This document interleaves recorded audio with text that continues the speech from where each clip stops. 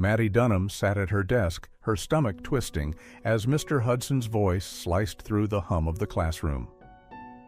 "Miss Dunham, no caps in class. Take it off." His eyes locked onto her, sharp and unyielding, as he stepped closer.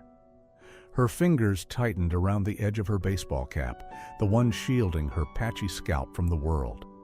She'd meant to grab the permission slip from her bag, the one explaining why she needed it. But her hands froze, trembling. "Please, Mr. Hudson," she stammered, her voice barely a whisper. "I can explain." But he didn't wait. With a swift, angry motion, he yanked the cap from her head. Gasps rippled through the room. Maddie's breath caught as the truth spilled out, clumps of hair missing, bare patches glinting under the fluorescent lights. Some kids giggled, their laughter cutting deeper than the chronic pain in her bones. Others stared, pity pooling in their eyes. Tears blurred her vision as she shrank into her seat, wishing the floor would swallow her whole. 2 years ago, everything had been different. Maddie had been 11, laughing at a birthday party, when a sharp pain stabbed her chest. She'd yelped, clutching at the ache, only for a second jolt to knock her to her knees.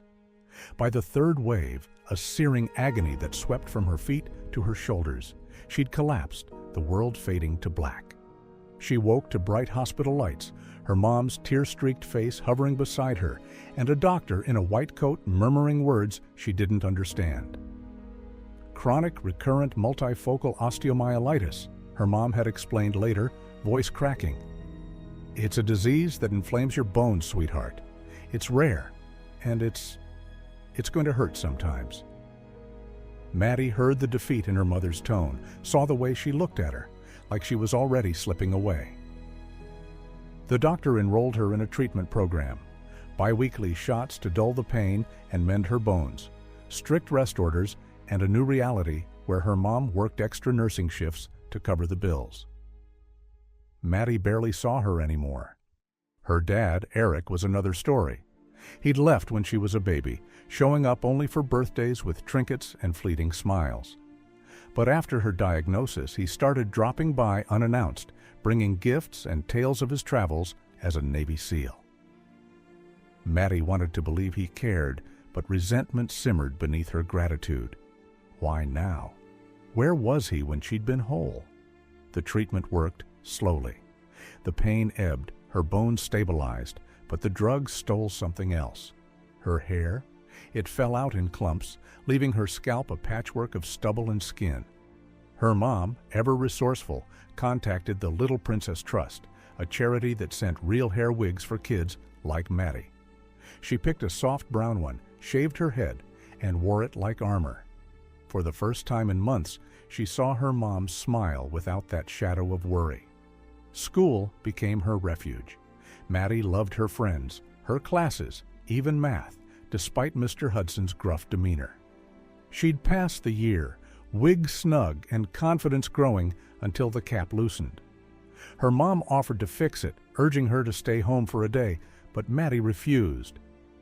"I'll wear my baseball cap," she'd said, waving it with a grin. Her mom hesitated, but relented, trusting the school knew about Maddie's condition. After all, they'd submitted a medical report and permission slip at the semester's start. She was wrong to assume it'd be fine. In the hallways, boys jeered. "Hey, spy girl, what's under there?" And one lunged for her cap. Her friend Alyssa shoved him back, drawing a teacher's attention. "Everyone, to class!" the woman barked, and Maddie slipped into math, heart pounding. Then Mr. Hudson walked in, his gaze zeroing in on her cap. He wasn't a monster, not usually, just strict, perpetually tired, a man who thrived on rules. Today, though, exhaustion hardened into something sharper. "Take it off," he repeated, advancing when she hesitated. Before she could reach for the slip, he acted, and her world unraveled.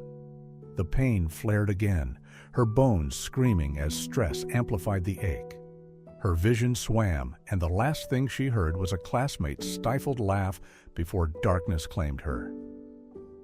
She woke in a hospital bed, her mom's worried eyes meeting hers. Her dad stood nearby, tall and imposing, his chest heaving like he was holding back a storm. Was he mad at her for fainting? He crossed the room, reaching for her, but his touch was gentle, his voice low. "You're okay, Mads. I've got you." He shared a look with her mom, a silent pact, then stormed out.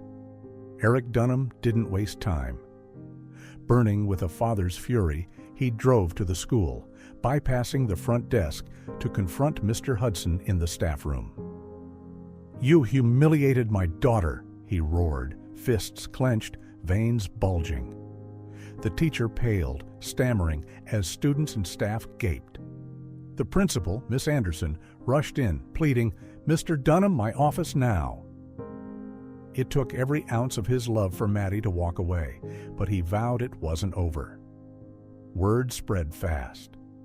An emergency meeting convened the school board, teachers, and Maddie's parents. Her mom argued fiercely. She had permission. Where was the communication? The board fretted over lawsuits, while Miss Anderson tried to mediate. But Maddie's story didn't stay quiet. Local news picked it up, and outrage swelled. Parents, activists, and neighbors rallied, decrying the school's insensitivity. Protests erupted, demanding justice for the girl with the baseball cap. Maddie's parents hired a lawyer renowned for battling educational injustices. In court, a bombshell dropped. The school had her medical file, but never shared it with staff. Negligence, plain and simple.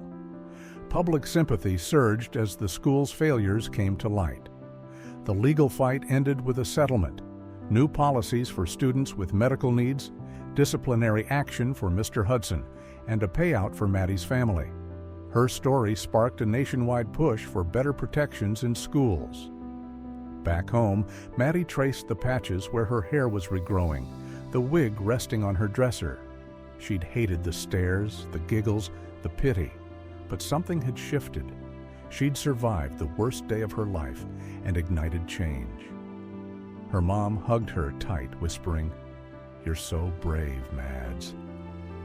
Her dad lingered nearby, quieter now, his presence steady. She didn't forgive him fully, not yet, but she let him stay. Mr. Hudson sent a letter, stilted and formal. "I didn't know." "I'm sorry." Maddie read it, then tucked it away. She didn't need his regret. She needed to heal. The pain in her bones still lingered, a dull ache she'd learned to carry, but the mirror showed a girl who'd faced the world and won. She slipped on her cap, not to hide, but because she liked it, and headed to school. This time, no one laughed.